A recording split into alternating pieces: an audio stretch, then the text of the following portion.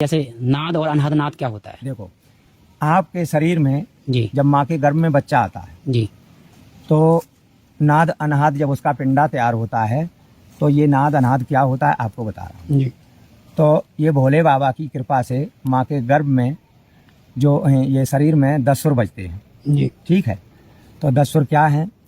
जैसे झिंगुर की झंकार, जी भौरे जैसी भन्नाट, जी ठीक है, और शंख की आवाज़ है, बांसुरी की आवाज़ है, गिटार की आवाज़ है, सितार की आवाज़ है, बादल जैसी गर्जन है, जी और ये धुनियाँ हैं।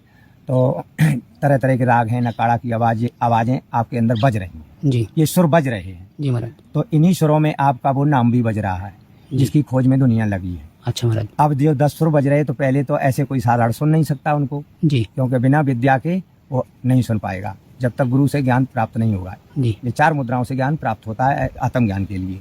जी तो खेचरी, भूचरी, चाचरी जी और अगोचरी, अच्छा जी। ठीक है, जी ये 4 मुद्राएं हैं। जी इन्हीं 4 मुद्राओं से आपका अनाहद नाद सुना जाएगा, और प्रकाश भी एक मुद्रा से देखते हैं। जी और जो आपका अमृत पान है, एक मुद्रा ये हो गई, जी और एक मुद्रा हो गई मूलाधार।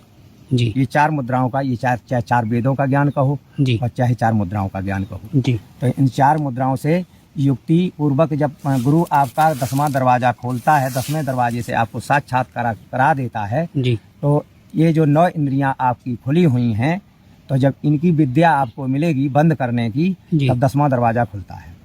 तो चाबी आपके पास है, ताला आपके घर में लगा है, गुरु सिर्फ बता करके आपको करवा के खोल कर दिखा देता कि ऐसे खोलो, मूंदो, दर्शन करो। जी ठीक है, तो रोज अपनी प्रक्रिया से दर्शन करो।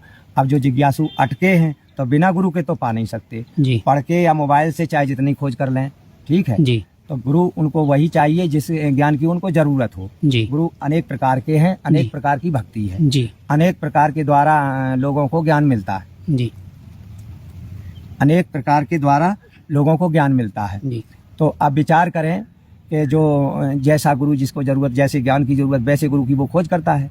तो ये है आत्म ज्ञान का मार्ग। जी आत्म ज्ञान के बाद ही ब्रह्म ज्ञान होता है।